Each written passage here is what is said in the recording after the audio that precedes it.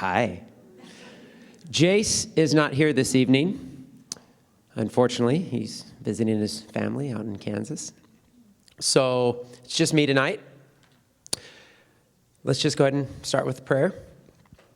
Lord, Father, we thank you for who you are. We thank you for how beautiful you are. We thank you for saving us from sin and giving us eternal life. We thank you for our bodies.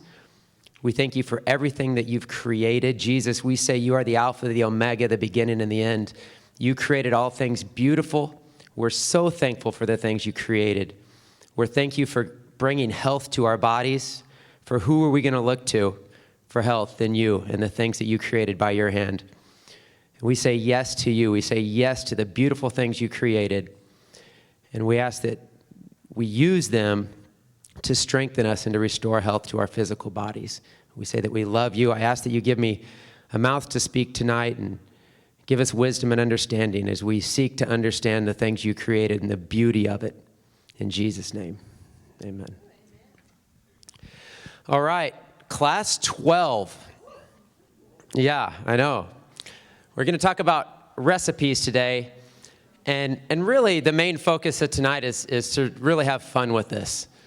These are some of our favorite recipes that we kind of came up with, and these are actually all recipes from my website. So I'm kind of they're kind of personal to me, but there's a lot of other good resources. So as we go along, I'll give you a couple of other good websites to look at because there's lots of good websites out there with recipes. I just chose these because I know them fairly intimately.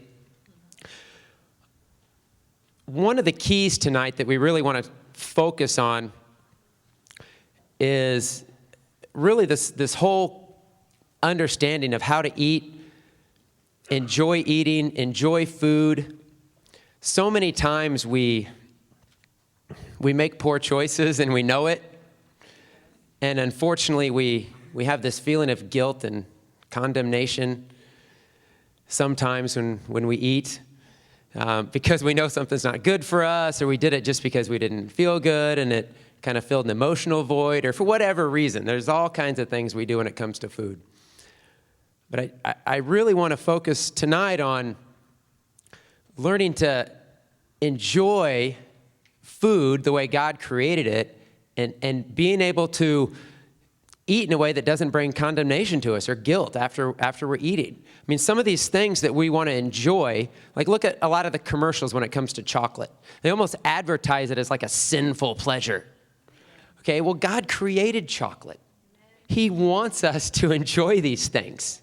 But he doesn't want to enjoy them to the point where, we can't wait to get home and eat a gallon of chocolate ice cream, as opposed to getting into the Bible or getting into the Word. But he created chocolates. He wants us to enjoy these things.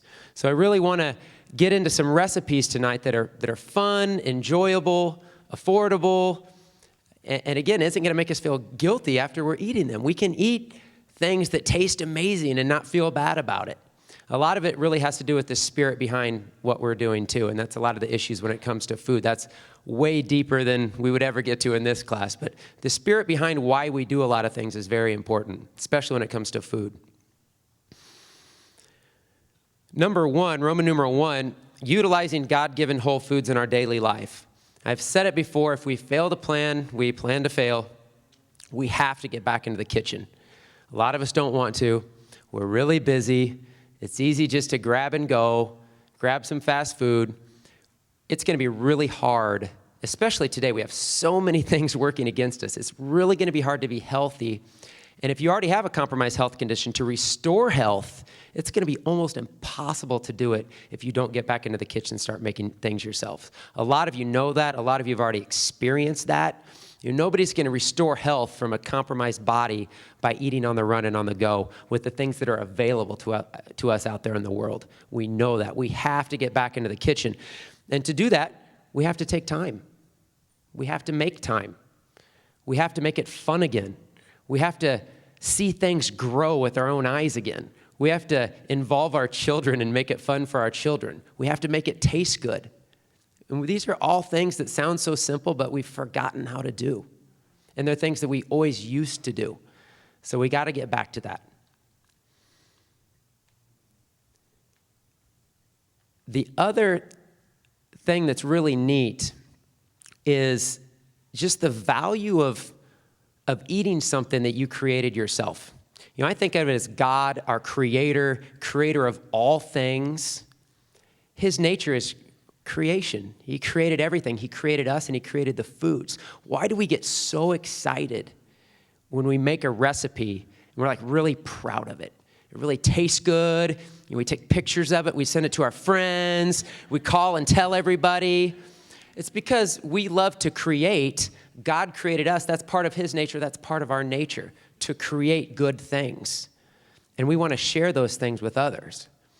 So let's get into creating some things with our own hands and enjoy it and find pleasure in it and do it in a way that brings health and that brings life to our bodies. That's what this is all about, choosing the things that he made that bring life and health to our body.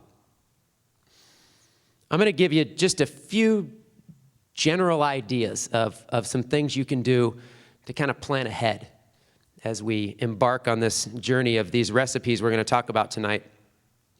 The first one is to get some recipe ideas and print them out. Sounds simple, but if we don't do this, if we don't plan ahead, we're going to be eating on the run, and we know that doesn't work very well. I need to make a couple of points here. One, I think it's okay to eat the same thing. And I say that because I think we feel like when we get into this area of creating healthy new recipes, we have to make something new and unique every meal, every day. And that's really going to be pretty much impossible, especially when you're starting out with this. The other thing is just to go slow. We have a very patient God. We have to be patient with ourselves. We have to be patient when we're learning and trying new things. And if you think you're going to be perfect out of the gate starting tomorrow, forget about it. So start with just eating some of the things you're used to eating, but adding one thing in new. Starting with one new recipe just for breakfast or just for dinner that night. We're going to make something special. Don't have to try to do it all at once. It's almost impossible. And I think that's why a lot of people get really intimidated when it comes to health. Like, I know I don't eat good, and I'm eating fast food, and I'm snacking on junk food, and it's just too overwhelming to just change everything tomorrow. Yeah, it is. So just start slow. Really encourage you just to start slow. Pick up a couple of things and just go with it. Number 2, plan out an entire week of meals for the family. That's going to take some time, again, but I think it's very important to take the time to do that. Number 3, make a shopping list. And number 4, buy as much local and or organic food as possible. We've talked about organic in the past. You don't have to necessarily get everything organic. Know what's most important to get organic and what's not. But buy things ahead of time. Number 5 is a good one. Make a salad bar in your refrigerator. When you get your fruits, vegetables, things that you would normally put on a salad, think about it. Why do we go to salad bars? It's convenient. It's quick. You can do that at home. Take 20, 30 minutes, chop up your cucumbers, chop up your carrots, chop up your celery, wash and spin your lettuce, and put it in little containers and have it in your refrigerator. And anytime you want it, you have a salad bar. And it takes you 2 minutes to make a salad. Sounds simple. I hadn't thought of it until Jen shared it with me. It's a great idea. And it works really, really good. And you can do that with other things besides just salad items. You can do that with your nuts and seeds, preparing those ahead of time, and we'll get into that a little bit more. Number 6, decide what you can prepare in larger batches and save for later. Leftovers. Leftovers are great. There's nothing wrong with leftovers. Make huge batches. I gave you a few ideas of millet burgers, which is one of the recipes. We're going to go over quinoa salad, salad dressings, fermented vegetables. We'll make a double batch of fermented vegetables, and it was 12 mason jars, which is the equivalent of 3 gallons of fermented vegetables. And it took us 2.5, 3 hours of an afternoon to do it. But we have fermented vegetables that last us for a couple of months at least. But we just had to make that little bit of a time investment to make all those. Number 7, very important, involving the entire family, especially the children. If the children get involved and they love it, then you're set. When you're battling the children because they don't like the taste or whatever, it's much easier if you get them involved in the process. They start to enjoy it more, and you can find things that they enjoy taste-wise as well. Just have to be a little bit creative sometimes.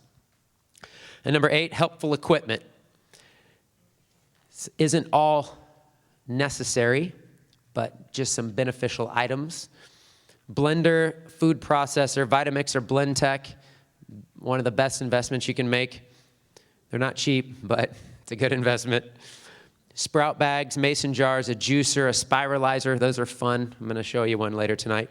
Crock pot, and a citrus juicer. So just a few ideas there. So now we're going to talk about Roman numeral 2, general guidelines for soaking and sprouting. And then we'll get into the recipes. Paragraph A, the main reason we soak grains, nuts, and seeds, it's because they contain enzyme inhibitors. They contain something on them called phytic acid that is actually a protective layer around the nut and seed that keeps them from sprouting prematurely in nature. They're protecting the nut. The purpose of the enzyme inhibitors is to protect it until it has what it needs for sprouting. So in other words, until that seed falls to the ground and it's got the proper environment of soil and water and sunshine, that enzyme inhibitor is broken off the shell, off the nut, and it starts to grow a plant. Now, if we consume it before that process has taken place, it still has that enzyme inhibitor on it, and it's very hard for the body to digest. That's why a lot of people really have a challenge breaking down and digesting nuts and seeds. So soaking and sprouting is very important. Now, soaking and sprouting seems kind of funny to some people, and they think that's what the weird health people do. It's really getting more and more and more popular. It's something that cultures have done throughout the history. I like to use the Hunzas as an example. The Hunzas in the Himalayas, very well-studied group of people who regularly live into their hundreds, hiking up and down mountains. No cancer, heart disease, diabetes exist in their culture for the most part.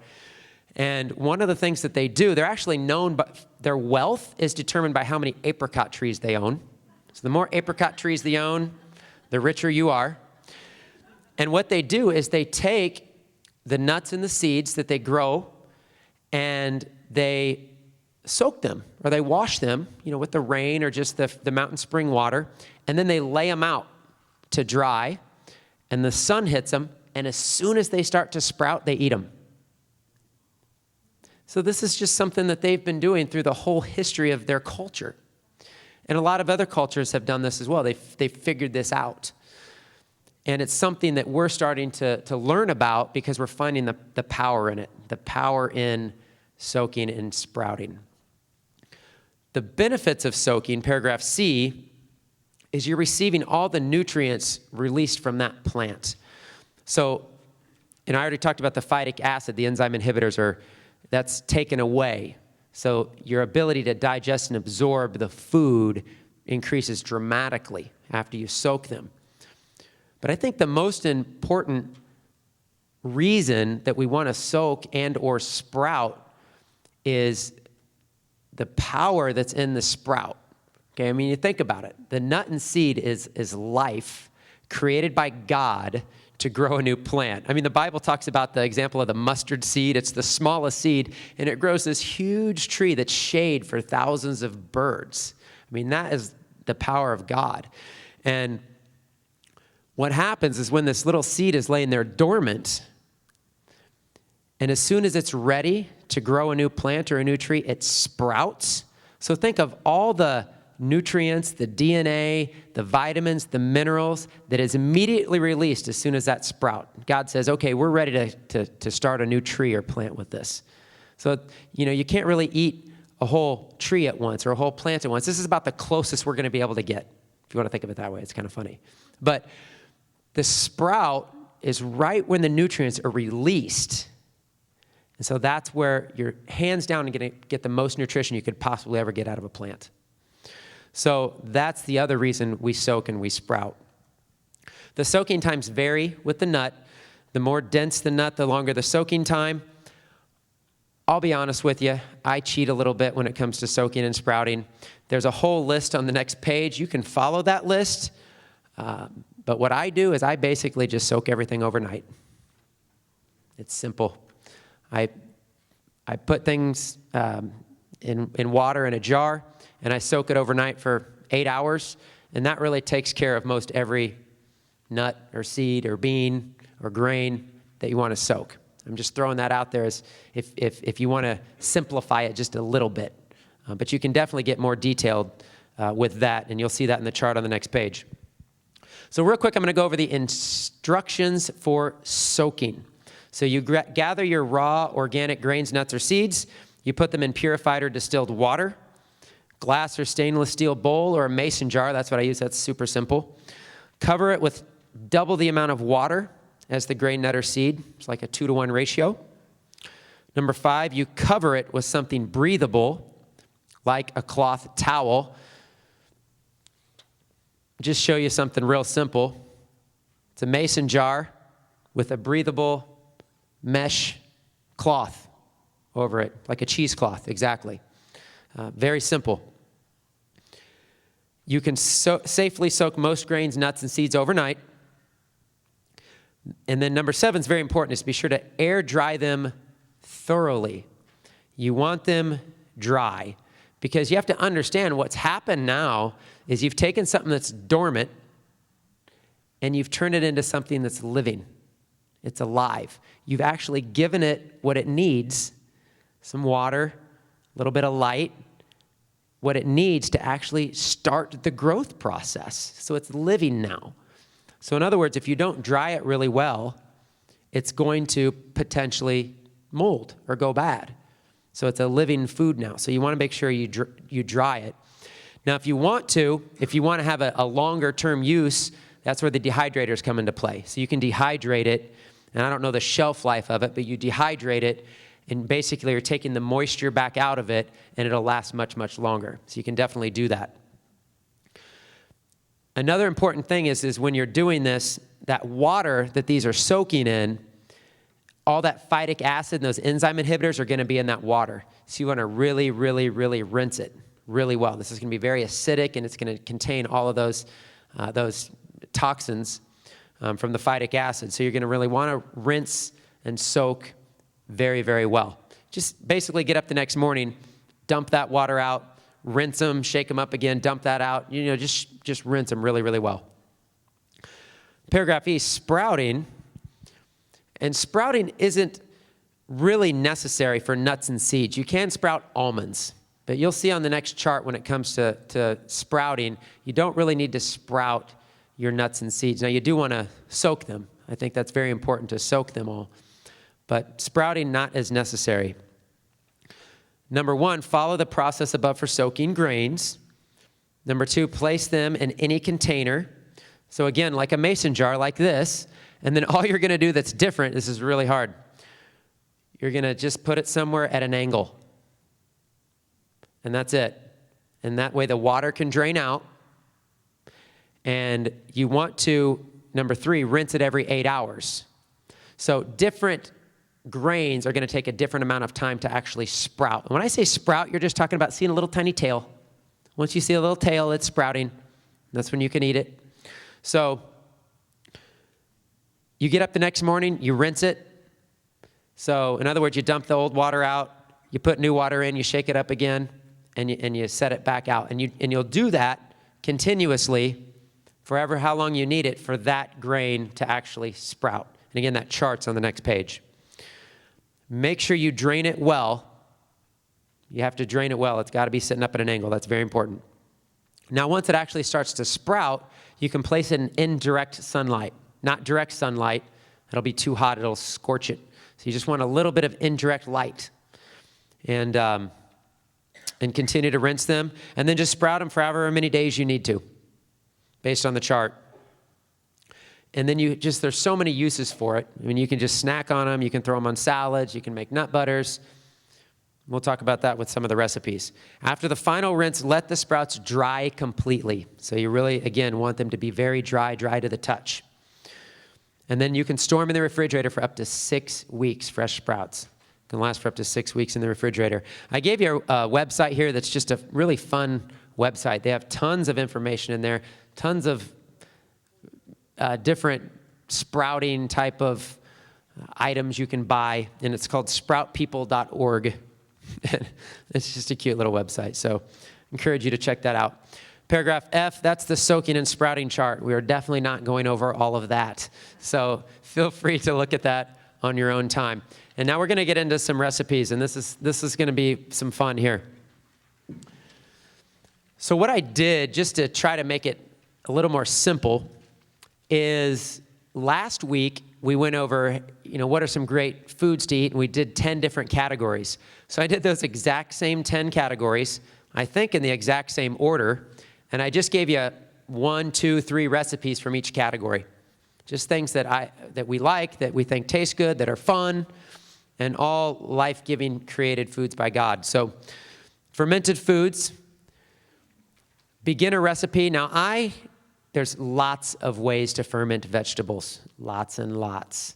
Kimchi is one of my favorites. I didn't put a kimchi recipe in here, but the kimchi is like spicy hot pepper, makes it hot. So if you like spice, kimchi, fantastic. I didn't put that in here. I really like Body Ecology and the Body Ecology program. If you're not familiar with Body Ecology, I encourage you to check it out. It's bodyecology.com, or it might be bodyecologydiet.com. I'm honestly not sure. But lots of recipes on her website, but she's real big, Donna Gates, real big on fermented foods, the power of fermented foods. We talked about the benefits of it last week, how they heal and restore the gut. Your gut, your intestinal tract, is your immune system. So fermented foods, one of the most powerful things you can put in your body for your immune system. So this is just the beginner recipe. And this is the recipe we make all the time. This is the one I said we made a double batch, and we made like 3 gallons, filled up like 12 mason jars full of this. 3 heads of cabbage, 6 large carrots, 3-inch piece of ginger, 6 cloves of garlic. If you like garlic or ginger, do a little extra. I put in actually quite a bit more ginger. I really like ginger. So, and it's pretty simple. I have I did a video on this on my website, and there's tons of resources on the internet about how to make fermented veggies. You can also use these little culture starters to make butter and sour cream. So I put instructions in there how to use the culture starter too. All the instructions are right in the little package. If you buy their it's called Veggie Culture Starter Kit, or you can get a kefir starter kit. That's the next box is kefir preparation. And they make it really simple. It's like step-by-step instruction. These are literally right off of those instructions to make it really simple for you. Seems kind of intimidating the first time, but then after you do it the first time, it's really easy. It's funny, people bring them to me. This just happened last week. She came in and she goes, I don't know if we did this right. It like stinks and it doesn't really taste good. And so I looked at it and I opened it up and I tried it and I said, it's perfect. Because fermented foods do smell a little funny. And sometimes if you're not used to them, it's an acquired taste.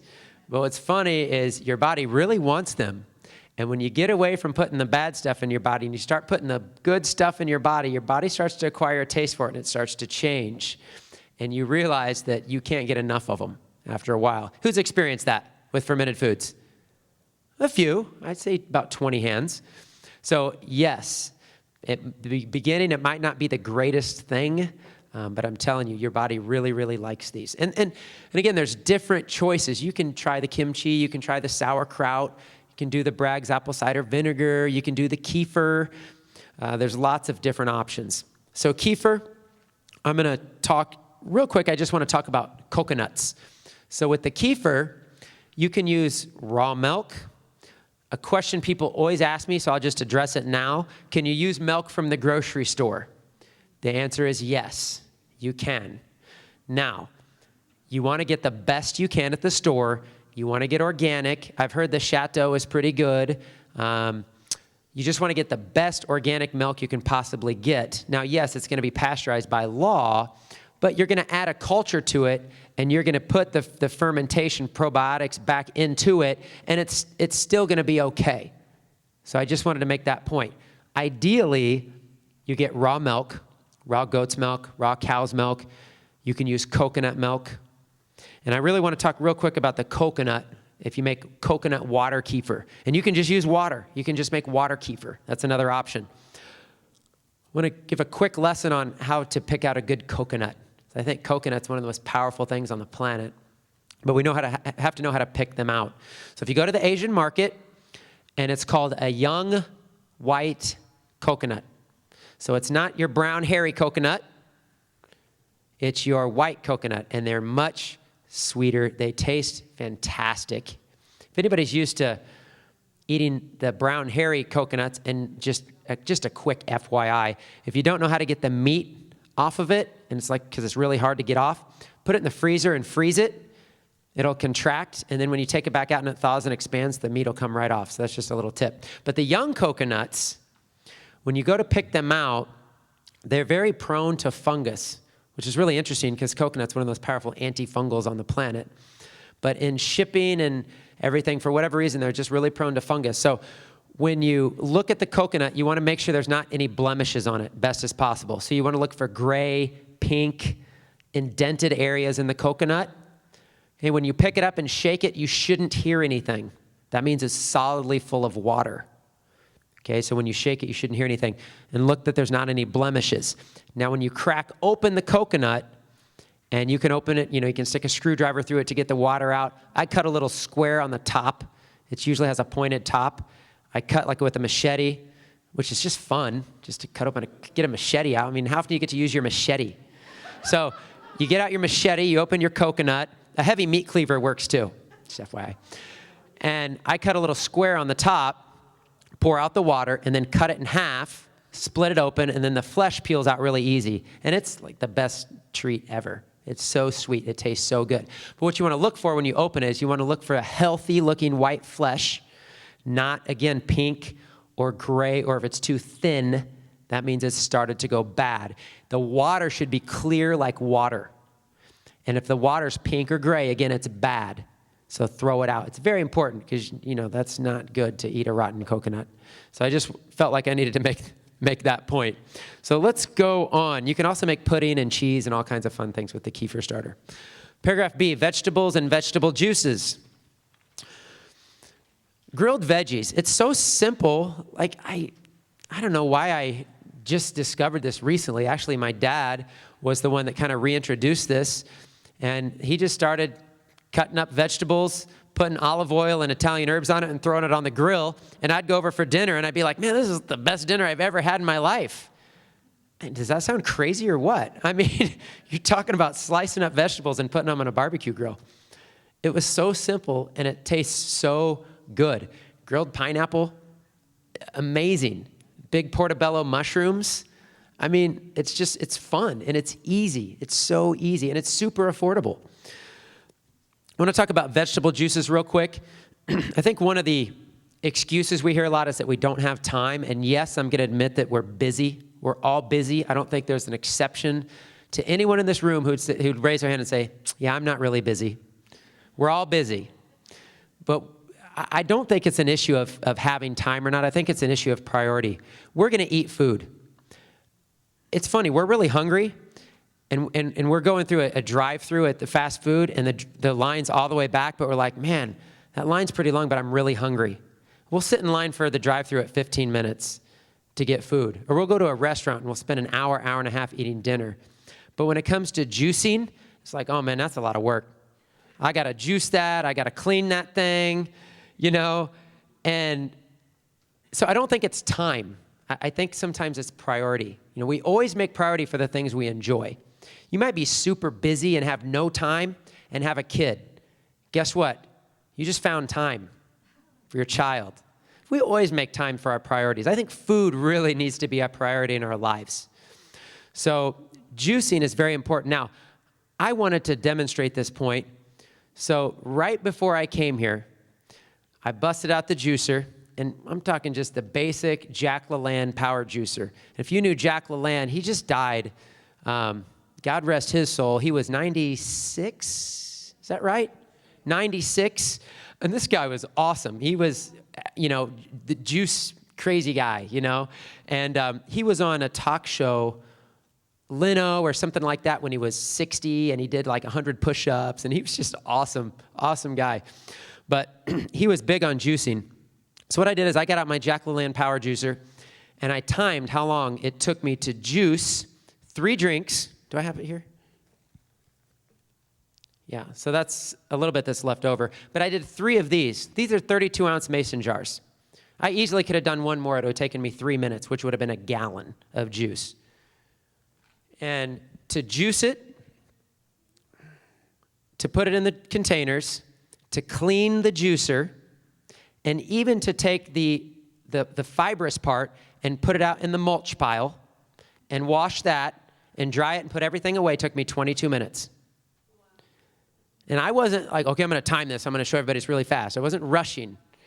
So it really doesn't take that much time. I think it's just really where your priority lies. And there's nothing that's more powerful than fresh vegetable juices. There's nothing more powerful for healing the body, providing quick nutrition for the body. If you look at any healing program on the planet, if somebody has diabetes, heart disease, or cancer, and you go to any natural, holistic, natural therapist, clinic, vegetable juice, vegetable juice, vegetable juice.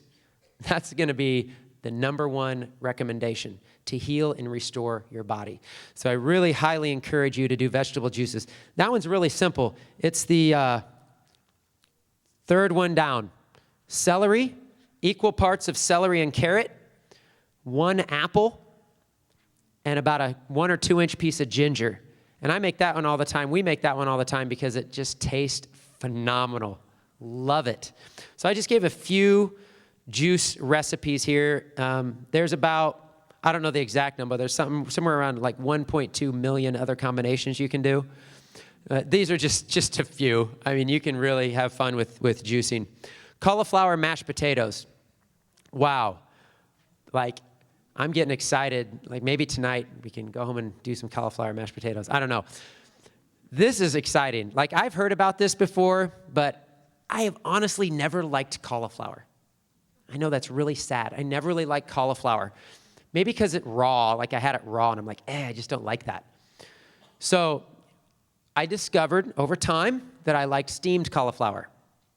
So I was eating steamed cauliflower, but still not my favorite thing.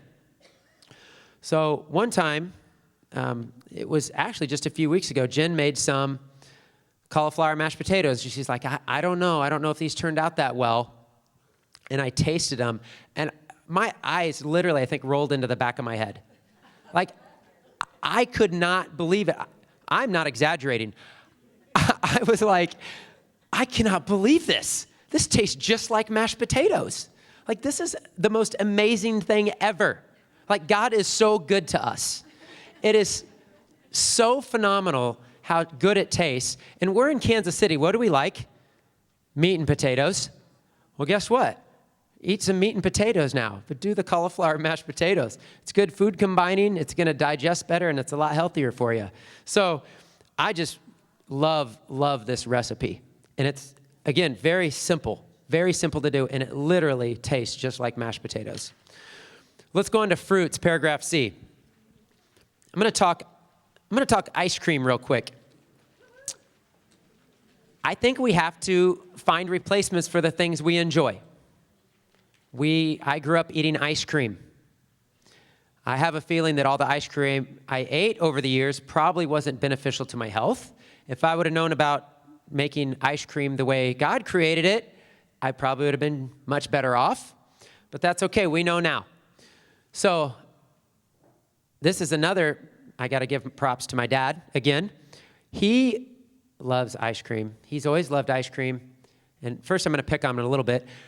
We would go 10 o'clock at night because we'd have a craving and we'd have to go to the store and get ice cream.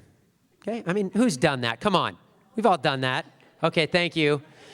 So we've always eaten ice cream. I mean, people like sweet. So here's a way to have ice cream And again, not feel guilty and condemned about eating ice cream, because we know it's not good for us if we eat lots of ice cream, and sometimes we feel guilty about it. So you can actually go to Costco right now and buy an ice cream maker for $30. They're back on the shelves right now because summer's coming up. $30. You can make ice cream, maybe not every single night, but when you feel like it, you can make ice cream. And it's so easy, so easy. Remember I was talking about the young coconuts? You take the water and the flesh of a young coconut, it is so sweet, so tasty, so amazing. That's your base. Then just have fun with it. The vanilla macadamia nut ice cream is ridiculous. Jen is from Hawaii, and she loves macadamia nuts. And so you put the macadamia nuts in there, some vanilla and some stevia. And if you don't want to use stevia, use some honey. Use a little bit of raw honey. Use some maple syrup. Use some other sweetener. That's totally fine.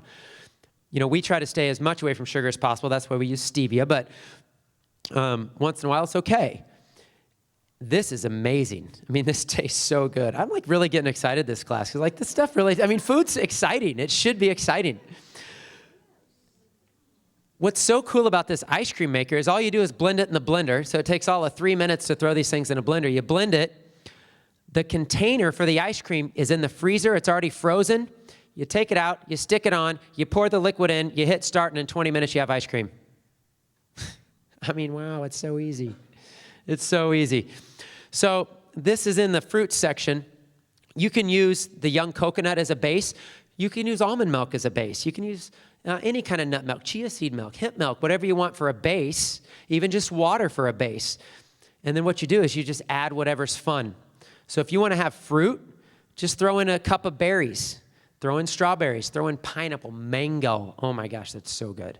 Mango ice cream. You can make a sorbet, like with lemon or lime. You can literally throw anything in with it and just play with it and have fun with it. We saw this thing at Bed Bath & Beyond. I never thought I'd admit that Bed Bath & Beyond is like the coolest store ever, but Bed Bath & Beyond had this thing in it, and I can't remember the name of it. It had this really funny name. But all you do is you take your fruit and you freeze your fruit, and then you get this little contraption and you stick your frozen fruit in it, and it makes yogurt. Well, I don't want to call it yogurt, but it makes fruit turt. I don't know. But it makes fruit, like frozen fruit dessert, just by running it through the frozen fruit through this machine. So talk about a quick and easy, but talk about something for your kids to enjoy. Put this in little ice cube trays, and that's the treat. Kids are going to get excited about whatever you give them that tastes good. They're kids. So you don't have to give them junk food, because if you start them out and you find these healthy things that they enjoy, then that's what they're going to ask for. Oh, Mom, I want one of those fruit pops. They're going to love it. So these are just better alternatives, and I think it's fun to have options for the family and for kids. So strawberry yogurt, I'm not going to go over that. It's just kind of I like it because of the avocado. The avocado makes it kind of thick and rich and creamy. We got another recipe coming up with avocado. Paragraph D, bone broth soup. So we talked about that last class. This is straight off the GAPS diet website, gapsdiet.com. I'll just let you read through that. That's how to make a meat stock or a fish stock. I always give the example of, Grandma, when you weren't feeling good, she'd make chicken stock. She'd make chicken soup. And it really made you better. There really are healing benefits to these stock soups. So I gave you the recipe real quick on how to make just the stock soup. And then if you want to, for fun, you just throw in some vegetables, and you can just make it as a soup with the vegetables cooked in it, or you can actually blend it all together and make like a blended soup. Either way, they're both good. So I'm going to let you read over that. I'm going to go into paragraph A because I really love the ancient seed grains. This is really fun. Now, again, these seed grains should be soaked or sprouted. That's very important on these grains. Most of them real easy. You can soak, and a lot of them, like buckwheat, I sprout all the time, sprouts within 2 days, sprouts within 48 hours. So just real easy to sprout it. The first recipe is the millet burgers. This one's fun because we want things that are fast. So you can make up a batch of 20. One recipe makes 20 little millet burgers. Double it, make 40 of them, freeze them, and you know what you do? You pop it. I use this example, it's a bad example, but you toss pop it in the toaster like an Eggo waffle or a Pop-Tart, right? But it's a millet burger, and it's really good. And you just throw them in the freezer, heat them up when you want to eat them. Quick serve. And these taste phenomenal. We do this, the millet burgers, a lot. Quinoa salad. This one's fun. Let me give you a tip here. You can boil the quinoa and like in vegetable stock, but it's going to be really sticky. The much better method is to steam it. It's not so sticky. When I first started making it, I did it with the vegetable stock, and it was kind of sticky. And it was fine. People like it, but I actually do like it better steamed, so I really want to make that point. This is something that's fun because a lot of people aren't familiar with quinoa, and you make this and bring it to any event, and they're going to say, what is that? Like, first they're going to look at it all funny, and what is that? Oh, just try it. It's quinoa salad. Okay. Every time. Every time. Oh my gosh. What's that recipe? Can I get that recipe? They're coming up to you afterwards. I don't know what that was, but I want to try that. I want to make that at home. I want that recipe. I mean, quinoa salad is so good, and it's so simple. Cook the quinoa and stick a bunch of vegetables and spices in there. I like it spicy too, so I don't know if that, oh yeah, at the end I put there some mochi curry or some kind of other curry or a hot curry. It's really good when it's savory as well. A lot of these grains are good sweet, or you can do them savory. Last night, Jen made some buckwheat, and instead of doing it sweet like we normally do, she made it savory with a lot of hot spices and curry, and it was phenomenal. So they're really versatile with the way you can spice these things up. Quinoa salad, always a hit, makes huge batches. Quinoa is not overly expensive. You take a couple cups of quinoa and make a salad out of it, you can easily feed a family of 4 or 5 with leftovers. It's hard to believe, but you will be amazed at how much food it makes. Millet casserole. This is one that I think the Holy Spirit just like totally put on Jen one day because she whipped it out of nowhere. And what's cool is that you put it in a little casserole dish, and it's almost like a little quiche, like in a little casserole dish, because it's the millet and egg, and then, you know, all the vegetables and spices. And wow, again, I just was blown away at how good it tasted. So we wanted to share that with you as well. It's fun. Paragraph F, nuts and seeds. So again, these should be soaked and or sprouted. Besides using in recipes, nuts and seeds, this is one of those things you can make big batches of them ahead of time. You know, I all the time, I throw in some pumpkin seeds and soak them overnight, soak some almonds overnight, get up the next morning, rinse them, dry them, put them in the refrigerator, and then you have a snack anytime you need it. And they taste so much better when they're soaked because they're full of water, and they're much easier to process and digest, and they just taste better. Spiced almonds, that's the only recipe I gave you for that one. Nut butters, there's tons of nut butter recipes. It's so easy to make. I mean, nut butters are really hard. It's like you soak the nuts, you throw them in a blender, and you hit go. And you got nut butter. You know, if you need to throw a little salt or a little olive oil in, you can, you know, to make it a little bit of a different texture, a little creamier. But nut butters are super duper simple. Let's go on to G, beans and legumes. This is a recipe for crock pot beans. Beans, another one very important to soak. You want to break off that protective layer around the beans, that phytic acid shell. So you really got to soak the beans. Beans is another one that's hard for a lot of people to process and digest. So make sure you're okay with them. So crock pot. Crock pot's a great thing to use. It's one of those things where like we use, and it's the greatest thing ever, and then we forget about it for like 6 months or a year or 2 years. We're like, oh, we got to use that crock pot again. Talking about the easiest way to make, you don't have time, you know, take 2 minutes to throw something in a crock pot, put it on low, and then go to sleep. I mean, you know, you have tons of food the next day. So that's another quick thing we can do when we're in a hurry. I feel like I'm going really fast tonight. Okay, paragraph H, healthy fats. I'm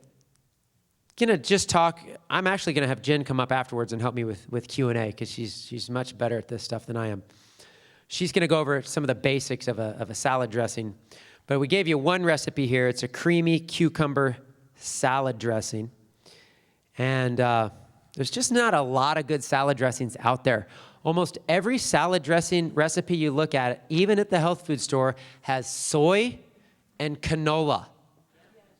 And I don't know why the salad dressing companies haven't figured it out. If a salad dressing company would come on board with a really good salad dressing, they would just make a killing, because there's just nothing good out there. The one I do really like, and I'm sure is a good one out there, so I don't want to say that there's none out there. One that is good that I like is the Bragg's apple cider vinegar. They have a very clean salad dressings. They use olive oil. There's no soy, and they taste phenomenal. They got the apple cider vinegar in there with it. So I highly recommend those. But you can pretty easily make your own salad dressings. So there's a recipe in there for that. So meat and dairy, we just have the one recipe there? Yeah. We got the meatballs with marinara, and it's actually a turkey meatball. This one's really fun. The turkey meatballs taste wonderful if you're not a vegetarian. If you are, you can have a meatballless marinara, and it's still good over the quinoa pasta or the zucchini pasta. We brought the spiralizer just for fun. Wow, look at that contraption. So this thing's pretty cool. It's called a spiralizer, and all you do is you put a zucchini in here, and it's got a blade here, and you just turn it, and it makes angel hair pasta out of your zucchini. And what's cool is it looks like pasta, and I'm not going to say it tastes like pasta, but it tastes really, really good. And you're eating it raw, and you put the cooked food over it, the cooked marinara and the meatballs, and I'm telling you, until you experience it, it is so awesome. So you can do zucchini, you can do squash, you can spiralize all kinds of stuff. So here's your little spiralizer, and just wanted to show you that. And you can get these online. They're pretty affordable, super easy to clean and wash. So just wanted to just show that little fun toy with you.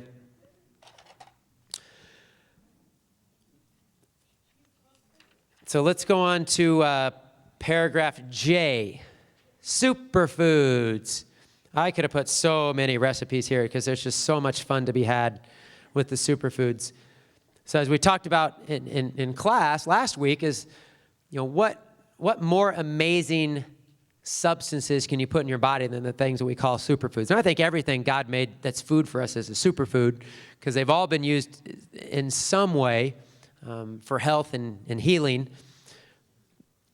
But some of the best tasting things, that's what's so awesome about our God, is some of the best tasting things fit under this superfood category. I mean, you could easily put coconut oil as one of the top 5 healthiest things on the planet. You could easily put raw cacao, chocolate, as one of the top 5 healthiest things on the planet. Raw honey could fit in that category. I mean, there's so many things that are so packed full of nutrition, and they taste phenomenal, especially when you combine them in these ways. Chocolate truffles. Man, again, this is just really personally exciting thing for me.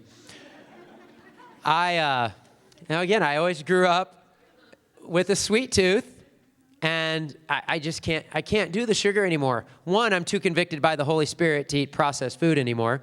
And 2, my body certainly doesn't like it. And I really want to walk in the spirit of understanding what God created and eating what brings health to my body. And why not do that if we can eat the most amazing things in the world in the way He created them that bring health to our body? So this is a good way to do that. There's so many recipes using these superfoods. And this is just one of my favorite, the chocolate truffles. Oh, I didn't put the pudding one in there. I'll have to talk to you about that because it's really good too. So the chocolate truffles, this one's really cool. It's coconut oil. In the future, we'll have to do an hour class just about coconut oil.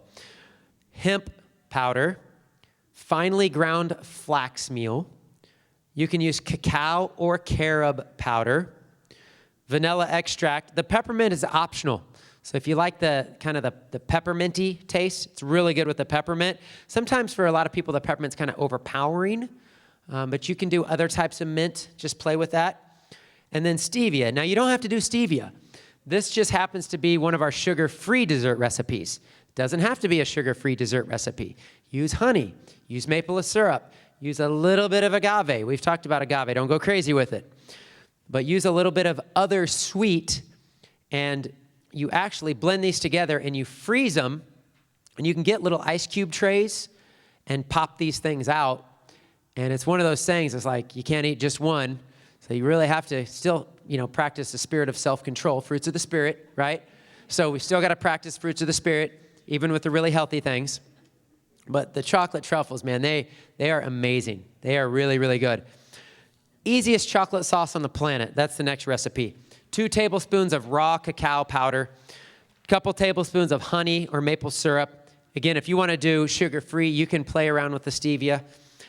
Coconut oil. That's it. 3 ingredients. You literally have the best chocolate sauce you've ever had. Dip it in pineapple, strawberries. People are getting, I hear the oohs and ahs, and it's just fun. It's so easy. It's so easy. And nuts, over almonds or walnuts, the chocolate sauce, so simple and so good. And again, what a great way to put something that tastes so good and feel good about it. Now, of course, you can go crazy with it. You can do too much. If you have cancer, not to put a too somber thing on all the fun we're having, but if you have a serious infectious issue or a severe illness, you're not going to want to go crazy with this. But I just want to mention that this should be fun. Food should be fun, but you still have to use wisdom. We still have to have discernment. And I want to talk about one more, and it's a pudding. And I hope I don't miss any of the ingredients, but it's another one on the website, so it's really easy to find. But what's fun about it, it has the cacao in it, and it uses a banana and dates. And then the fun part about it, I think, is avocado. And the avocado is creamy. It makes it really creamy, like that pudding consistency. You're probably going to put a little sea salt, a little vanilla, whatever you want for taste, maybe a little cinnamon. And you just blend them together real quick in the blender or the Blendtec or Vitamix and refrigerate it, and you got an amazing, amazing tasting pudding. So some of these things we really can do quickly and efficiently and have fun with it, and the kids are going to like it. Everybody in your family is going to like it. I can't tell you how many times I'm working with people, and they're like, oh, yeah, we made such and such, and the family thought, oh, I'm not going to like that, or that's one of those health things. And then, they're devouring it. So if you make it in a way that's fun and tastes good, you're going to really quickly get converts in your family. And all you're doing is converting them to God, right? You're converting them to things that bring life, things that bring health. And that's awesome. That's really empowering to do that. And again, I just think God smiles and delights at that. When he's like, wow, I'm so glad they discovered, discovering or rediscovering the beauty of the things that I have made for them. It's just really exciting to think about. So the last thing I'm going to leave you with is drinks. And I called it the electrolyte margarita, just for fun, because a lot of us, back in the day kind of had a history with maybe some margaritas. I don't know. Lemonade, limeade are the other names you can use for it, so I put those in there too. But this one's really simple, and we tweaked this a little bit as we play with it. But I just use a quart of water, and this is another one Jen discovered. She's like the master on this. But a quart of water, and you do the juice of a couple lemons, a couple limes. Now, we haven't talked, I don't think, in detail, but lemon is one of the most cleansing things you can possibly put in the human body. It is the most alkalizing food you can put in the body, along with like your algae, like spirulina and chlorella. Very, very alkalizing substance. Why is the Master Cleanse so popular? It's the cayenne pepper and the lemon, 2 of the most alkalizing substances you can possibly put in the body that can cleanse and heal the body. Also, the highest known source of your electrolyte minerals, lemons and limes. So this is a drink, and this probably isn't this recipe, but Brendan Brazier wrote a book called The Thrive Diet. He was a triathlete, and he used these types of concoctions. I don't know exactly what his was, again, but he used lemons, limes, apple cider vinegar, these kind of things before, during, and after workouts because it just invigorated his body. It loaded him full of the minerals and the electrolyte minerals you need if you're an athlete or you're a construction worker, you're just sweating all day and working hard. So you put the apple cider vinegar along with the lemons and some stevia for taste. And again, you can use honey. We just really try to do a lot of things sugar-free, but you can do honey, you can do maple syrup. And this tastes really good. And what's fun about it, and I experienced this myself, and I've seen a lot of other people experience this, is when you drink it, it's almost like you can't stop drinking it. It's not just because it tastes good, it's so hydrating. Your cells are like so hungry for this. It's like when I told the story a few weeks ago about how when I went and had Fresh Mountain spring water and I drank so much that like I was bloated because my body was wanting it so much because it forgot what actually real water is supposed to taste like. You'll have that same experience with this because the minerals in it makes it so hydrating that your body's really gonna want it. So that's a lot of fun. And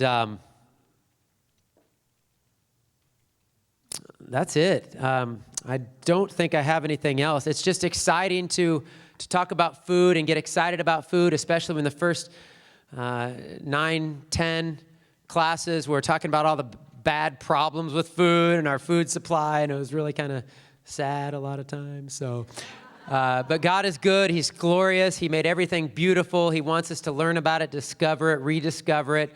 Next week, we are going to talk about fasting. We're really going to talk about the physical aspects of fasting. You can get any of 10 plus amazing books about the spiritual reasons we fast. We might touch on it, but we really want to talk about what happens to the body physically when fasting and just some recommendations for fasting. And only 2 weeks left. I can't believe it's almost over. Then we're going to take a break, and Jason and I are getting together, and we're going to strategize what we're going to do in the fall. But we're definitely going to be doing, more things. I think the excitement is there. And on that note, So on that note, I just want to encourage you, just since we only have a couple weeks left and we're kind of strategizing what to do for the fall, please feel free to email me and give me feedback on maybe what you want to hear about, what you want to talk about. And I'd like to take that into consideration when it comes to talk about what other things we want to learn about and educate ourselves about when it comes to health. Specific foods. I would love to do an hour class on spirulina or coconut oil or medicinal mushrooms or, there's just so many awesome things out there that God's given us that we can learn about. So definitely give me some feedback on that. And thank you guys. Amen.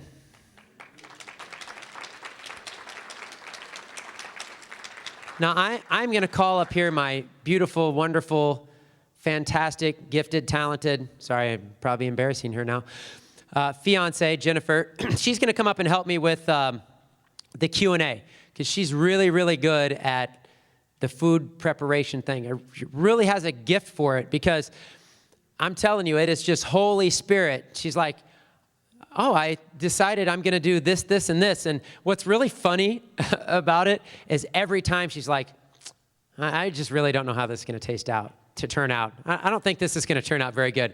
Every time it's like the best thing I've ever had. So you see why I've been so excited about this class. I'm like, well, these things are so awesome.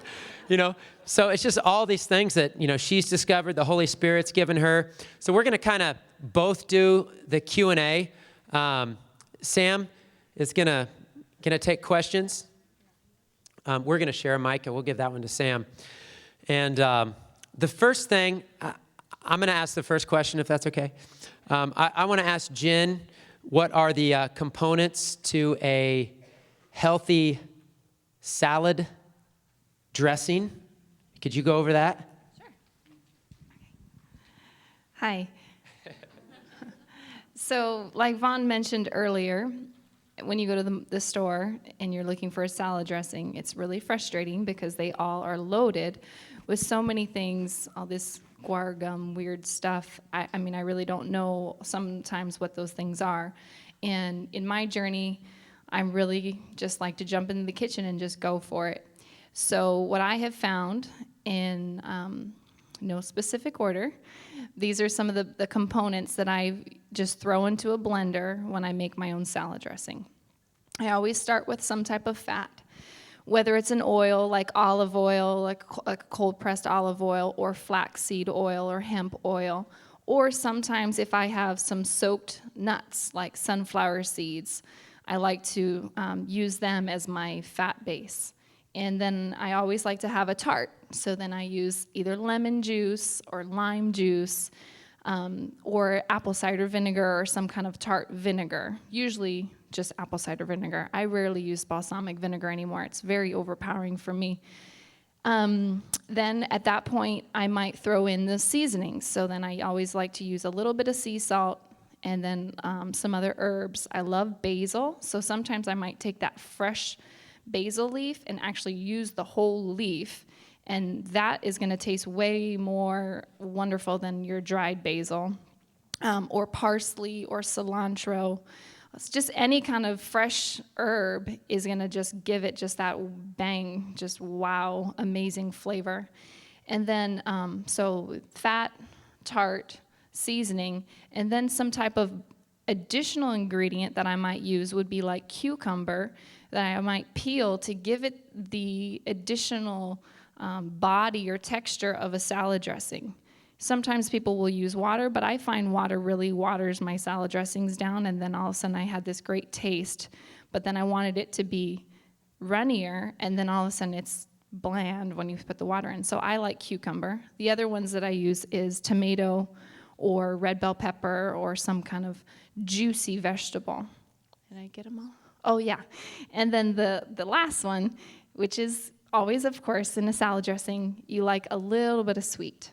And so my recommendations are using a small amount of honey or maple syrup or stevia if you do like the taste of stevia. Stevia in salad dressings can be a little funny, but if you're making a batch of salad dressing and you're really only using like a tablespoon of honey for a massive thing of salad dressing, I mean, really how much sugar is in your at the end of it, and you're definitely not drinking the salad dressing, you're putting a small amount on your salad. Thank you. Okay, so let's take some other questions. In the millet burgers, you have listed a teaspoon of ACV. What is that? Apple cider vinegar. Sorry. Soon you'll be a nerd too, and you'll know all the health acronyms. Oh yeah, IHOP is acronym central. There's a new acronym for you, ACV. Yeah, go ahead. When you make the bone broth soup, do you take the fat off of the top of the broth as it sits before you use it? No, we actually recommend consuming the fat. I mean, that is where the health and the healing properties are for the most part. If you read GAP's diet, it's all about the healthy fats that heal the intestinal tract, that build the nervous system and restore health and strength to the body, not the flesh, the fats. On the fermented foods page, you have item number 6. It says, roll us cabbage leaves tightly into a log. Did you mean to put a number of cabbage leaves, or what? It just says roll us cabbage leaves? The purpose of that is because you really don't want a lot of air in your fermented vegetables. And so the cabbage leaves, once you pack down the fermented vegetables, you want to roll these little, any extra leaves that you haven't used in your food processor, take them and roll them up into tight little rolls, and then pack them into the top of the mason jar until you can't fit anymore, and you've literally used up all the airspace in there. It's to keep the air out. Okay, and what is arrowroot?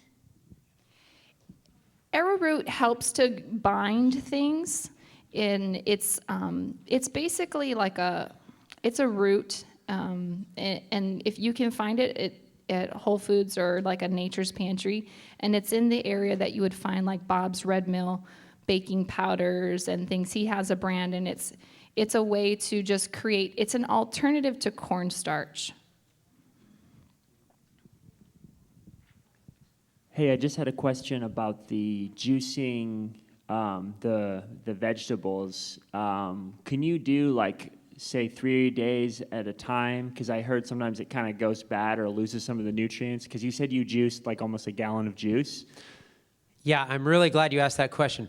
Okay, so this is just my opinion. Now, if you read a lot of stuff about juicing, they'll say you need to juice it and consume it immediately. Yes, in an ideal world, we would pick it off the tree, we would run to our juicer, we would juice it and drink it immediately, okay? I think it's okay to juice stuff ahead of time. I think it's okay to juice stuff for the next day. I think the most important thing is that you put vegetable juices in your body. Yes, it's always going to be best immediately fresh. We have to understand that we're buying apples sometimes that were shipped from New Zealand, or we're eating food at the salad bar at Whole Foods that's 2 days old. So it's never going to be perfect. So of course the perfect scenario, yes, juice it and drink it. But if you're going to do a juice fast or something, and you got an hour that morning, make up a gallon and make enough for the next day. I don't think there's anything wrong with that. And I think you could really argue the fact that there's not any nutrition in there. I think that's silly to say that you've lost all nutritional benefits, just because it's sat for 8 hours. That's just my opinion. I'm sure people might disagree with that, but. Did you want to add anything to that? No, I think you said it. Okay. Oh, thank you. So she just said that she'll put saran wrap over the top so it doesn't get air to it. And what we do is we put it in the mason jars. I fill it up to the top and seal it tight. So the less exposed, you hear about oxidation, right? So I'm glad you brought that up. So you want to prevent oxidation. It's the oxygen getting to it, just like with the fermented foods. You don't want the oxygen getting to it. Same with the juicing. Seal it tight, keep the air out, keep it refrigerated. I think it's okay. It's going to last a day or two. It's totally fine. I've heard that when you toast walnuts in the oven, which I've been doing, it gives it a great flavor and it takes off some of the acidic parts of the walnut. But would you still recommend soaking them first, or? There's a few nuts out there that this, and Vaughn's sprouting chart is great. And this sprouting chart does say to soak walnuts, but I have heard the debate that some of the fattier nuts, like macadamia nuts, cashews, walnuts, that you technically don't have to soak them. I soak walnuts because I like them soaked. I just like the taste. The taste is great. And then I do sometimes put them in a dehydrator to get them crispier if I want them for longer lasting, or if I'm making them for a salad that I want that little crunch to it. But if you don't have a dehydrator, baking them on very low heat is a great alternative.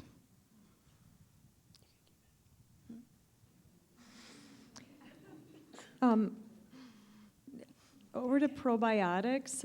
I know you mentioned fermented foods, and it probably goes back a few weeks, but when is the best time to actually put in your body probiotics?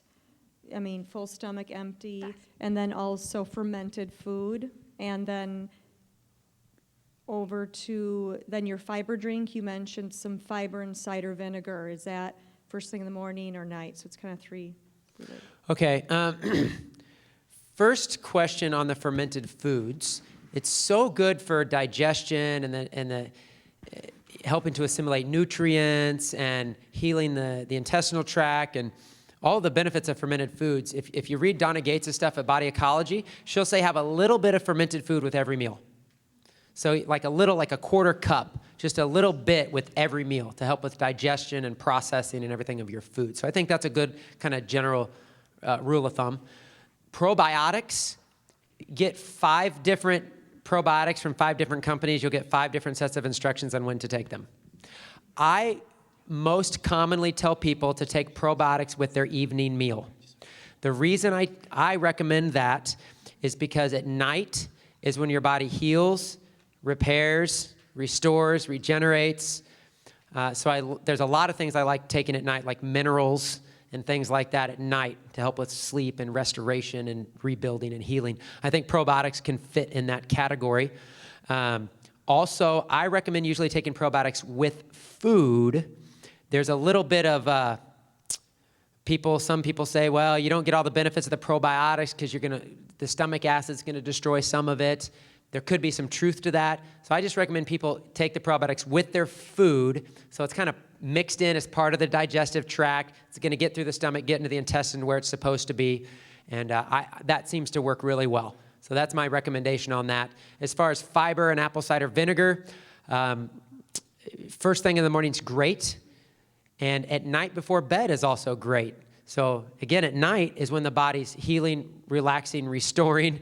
Sometimes I don't have a good way to say this, so sometimes your body's preparing for a bowel movement at night when you're sleeping because you're in a relaxed, sleeping, parasympathetic, healing type of state. So that's why a lot of times the people, when they first get up in the morning, the first thing they do is have a bowel movement.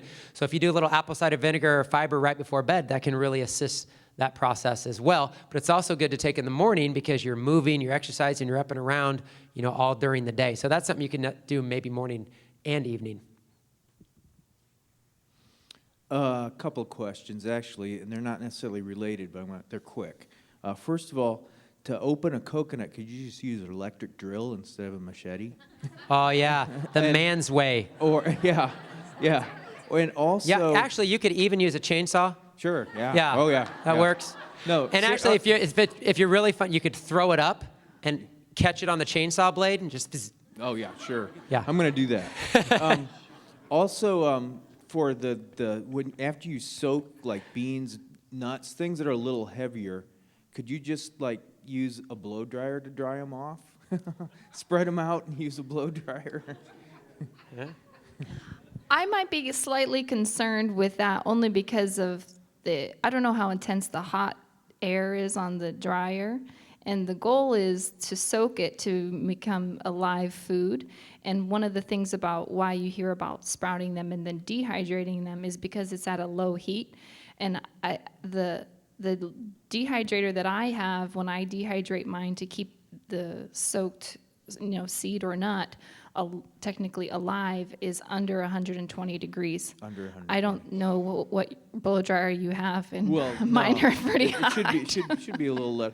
What about putting it just in a warm oven? Because you can have warmers You that are could. less. I think that could help. And I've done that when I'm in a pinch, if I really want something quick and to dry them out faster. But really, I just leave them out and leave for the day. Okay, Come so they home. can sit for a while then. Oh, yeah. I Okay. leave them out and just let them sit and do their thing. By the time I get home, a lot of times, they're already pretty dry. Okay, so yes to the electric drill, maybe not blow dryer. Okay.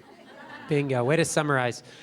The other thing that's really good, I think, is just if summer's coming up, so soak everything and lay it out in the sun outside. What better way to use the power of God's creation than Birds would. unless what? Oh no, the birds don't like those. No, I'm just kidding. So yeah, you might have to keep an eye on it. Or put it in a little cage or something. Anyway, go ahead. Forgot about the birds.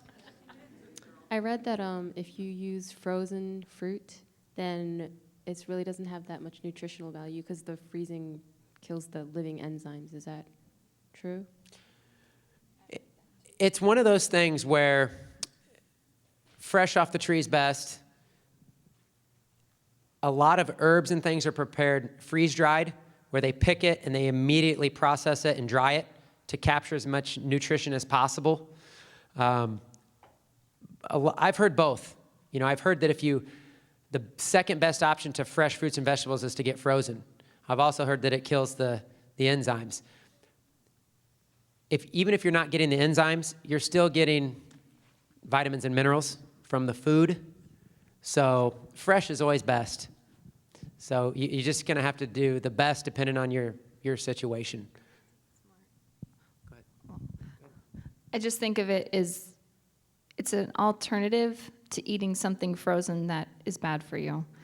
So our predominant part of our diet is going to be from fresh fruits and vegetables, and then we're using the frozen treat as an alternative to going out and buying something frozen from the store that would not bring life to our bodies. I have a question on how you dry sprouts. I've done sprouting before, but we would eat them right away, and so I don't understand how you would sprout enough and then dry them to keep them in the refrigerator for longer. How do you do that?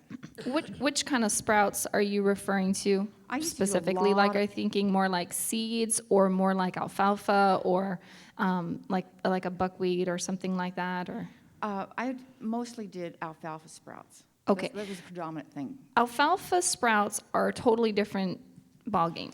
And I recommend, anyone who's doing alfalfa, because I really like alfalfa sprouts, and I haven't done it a lot because it is a little bit more of a, there's a little bit of a twist on them. They can't be exposed to light for the first few days. They have to be in complete darkness. And then you expose them to the light, and they can not be in direct sunlight, and they have to have a certain, you can grow them on trays, but you can grow them in jars, and that will, also grow. The bag method is my preferred method of sprouting anything. It's so easy. This is basically a nylon bag, and I soak my quinoa in this in a bowl, and then after the morning, after 6 to 8 hours of it soaking, I pull it out of the bowl, and the quinoa's in the bag, and then I rinse it underneath in the water, and then I literally take this and I wrap it around my little doorknob thing on my cabinet, and then I stick a bowl underneath it, and the bowl catches all the water, and by the time I get home, it's really dry. I might kind of fluff it with my hand, and then if I want to rinse it again and get another sprout process, I just do that every 8 hours. And the bag method is fantastic for getting really good airflow to dry the sprouts. Is that helpful? And does that answer your question? Okay, we'll talk after. 2 questions. I'm over here, sorry. Coconut oil. Is it true that if you cook with coconut oil that it destroys all of the benefits? Any oil, health benefit-wise, is best raw. Okay. Hands down.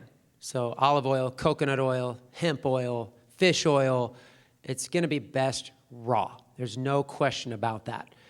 We use coconut oil to cook with, not because cooking with coconut oil is the healthiest way to eat coconut oil. We cook with coconut oil because cooking with coconut oil is the best choice of an oil to use when cooking because it's stable, it's saturated fat, and because it's more stable, it won't turn into rancid, trans fatty, damaging fat to your body. Does that make sense? So if you want to get the health benefits of coconut oil, make carob truffles. Yeah, or the chocolate sauce or whatever. But if you want to, fry some fish once in a while. Or make popcorn. Or make Oh my popcorn. goodness. Yes, use the coconut oil. But understand, if you're taking coconut oil to produce hormones and heal the thyroid and help all those kind of things, you're not getting it by coconut oil popcorn. Does that make Great. sense? Thanks. Okay. And you had said once to always eat fruit on an empty stomach. Why was that? Well,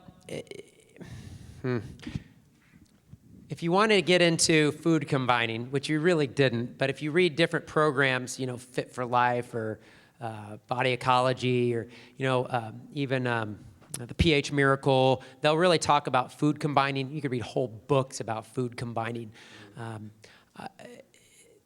I don't even know how to answer the question. You don't have to be perfect, I don't think, on food combining unless you really have a compromised system, but it's still good general guidelines to follow. The reason is because fruit turns very fast. So in other words, if you eat fruit with lots of other foods, it can actually ferment in your stomach and start to feed fungus or bacteria, especially if you have some kind of infection, candida infection, some kind of a systemic issue.